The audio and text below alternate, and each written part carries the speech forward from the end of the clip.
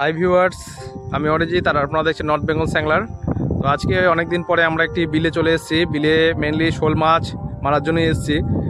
আমার সাথে রয়েছে রাজীব দা, খুব অভিজ্ঞ শিকারী। এখানে এই বিলে প্রচুর শোল মাছ হয়, কিন্তু শোল মাছ থাকলে হবে না ভিউয়ার্স। শোল মাছের জন্য কী টোপ দেবো, কীভাবে মারবো, তার একটা টেকনিক রয়েছে ভিউয়ার্স। সেই টেকনিকটা অবশ্যই জেনে নেওয়া উচিত সকলের। শোল মাছ তো সব জায়গায় অনেক জায়গাতেই রয়েছে, আপনারা ধরতেও যান। তো শোল মাছের জন্য আমরা কী টোপ দেবো, কোন বড়শি দেবো, কোন টেন্ডা বা ফাতনা ব্যবহার করব, সবই আপনাদেরকে দেখাবো। তো ভিডিওটা যদি অবশ্যই ভালো লাগে তাহলে একটা লাইক, শেয়ার এবং সাবস্ক্রাইব করে দেবেন।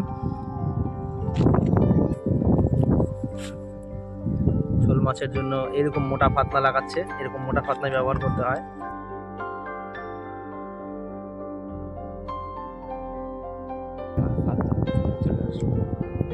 এখানে একটা খুব ভালো কোয়ালিটির টেলিস্কোপিক রড নিয়ে এসছে।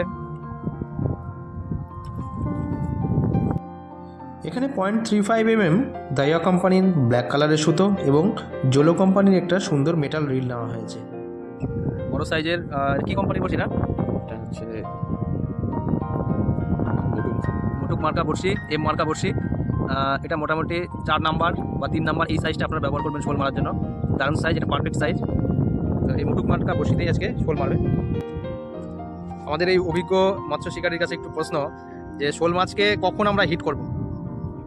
শোল মাছ টোপ নেওয়ার পরে কিছু সময় দেখতে হবে। শোল মাছটা টোপ মানে একদম গিলে নিবে, গিলে নেওয়ার পরে কিছু বুদবুদ ছেড়ে দৌড় দিবে। দৌড় দেওয়ার পরেই তারপরে বাড়িটা মারতে হবে।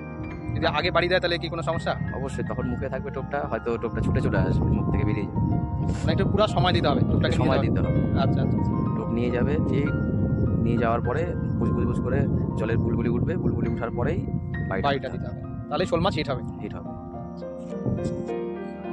ভিউয়ার্স, আজকে শোল মাছ ধরার জন্য আমরা নিয়ে এসেছিলাম নদী থেকে ধরা জ্যান্ত পুঁটি মাছ। সেই পুঁটি মাছের পিঠে বড়শির এইভাবে গেঁথে দিয়ে যেই পয়েন্টে শোল মাছ বেশি লাফাচ্ছে সেই পয়েন্টে ভিউয়ার্স টোপ দিতে হবে।